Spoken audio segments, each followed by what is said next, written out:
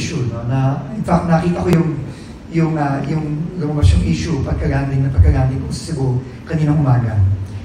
Unang-una, immediately nung nalaman ko yon at na may pinangalan si Congressman Leandro Reviste, at nagpapasalamat ulit tayo sa kanya. Dahil ang importante dito, transparency.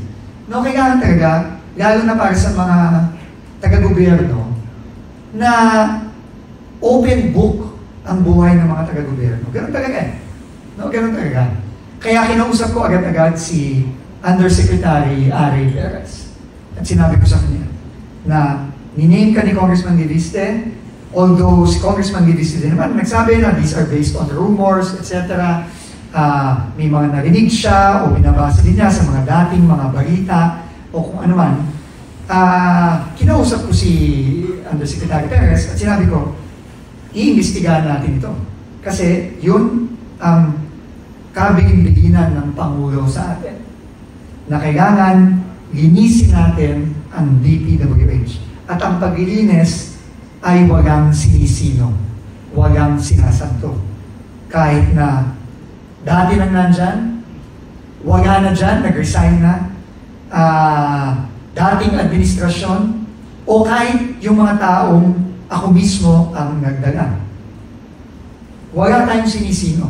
At kailangan, yun ang gagawin natin. Kinausap ko sinabi ko yung diretsahan kay Undersecretary Perez.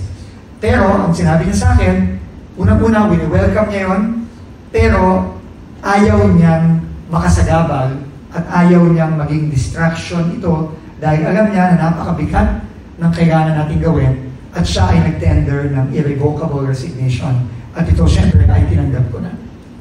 So, as of today, hindi na po parte si Undersecretary Perez sa DPWH. Siya mismo ay nagkusa at respeto natin yung desisyon niya, pero syempre, yung investigasyon, tuloy pa rin yun. Kagaya ng mga iba din nag-resign, tulad ni Yusek Cabral, ni Yusek Bernardo, Yusek Ayapana, even Secretary Bunuan, lahat yan. No? Hindi porket na nag-resign, hindi natin imbestigahan. No? Lahat yan kailangan imbestigahan. At yan ang gagawin natin. Kasi yun ang trabaho na binigay sa atin ng ating Pangulo.